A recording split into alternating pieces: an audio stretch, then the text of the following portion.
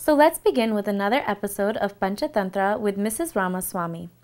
The story for today is The Crow and the Serpent, leading into The Crab and the Crane. Good morning, I'm Aparna Ramaswamy and I welcome you to the narration of Panchatantra.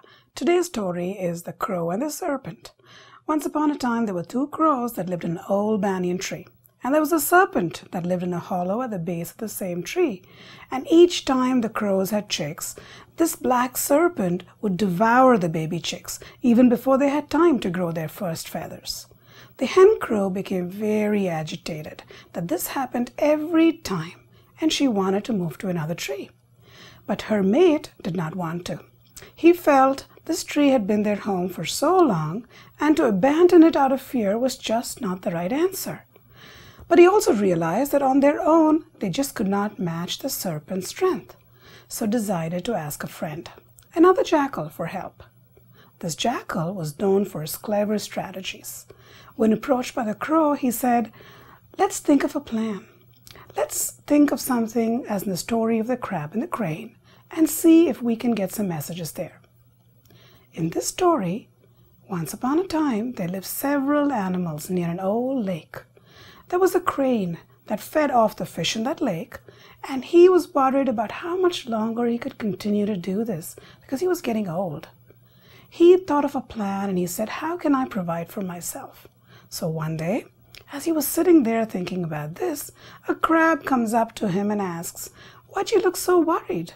And the crane replies, "You know what? I overheard some fishermen planning to cast their net in this lake, and that worries me. If there are no fish left, over time I will also die, and I don't know what to do." So the crab says, "Can you help us? Can you come up with a plan so we can prevent this?" So finally the crane suggests, "Why don't I carry the fish a few at a time in my beak and take them to another lake for safety?" But of course, every time he did this crane just ended up eating the fish after carrying them to a remote part away from the lake. After several days, the crab becomes restless and he gets concerned for his own safety. And he says, "Can you take me to that lake tomorrow?" And the crane says, "Well, why not?" The crane's thinking, "I'm tired of eating fish, so maybe it'll be a good change to my diet." So the next day, when he carries the crab and starts to fly over the rocks, the crab looks down and he sees a pile of fish bones beneath him. He immediately figures out what's been going on. So he quickly gets a hold of the crane's neck with his claws and just squeezes it, killing the crane. Now with great difficulty, he crawls back and gets back to the old lake and tells the rest of the animals what has happened. So the jackal narrating the story says, "So just like that crab, we have to think of a clever plan to get rid of the serpent."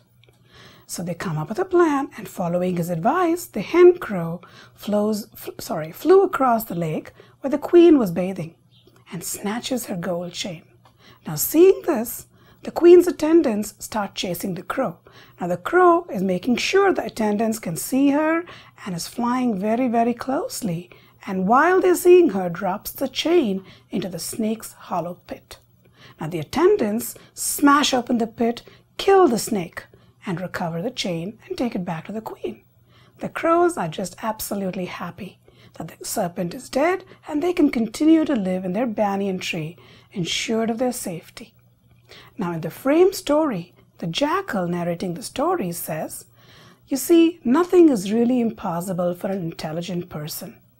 It's only a fool who feels like they don't have any power, just as in the story of the hare and the lion." Please join us next time to hear the story of the hare and the lion. Thank you.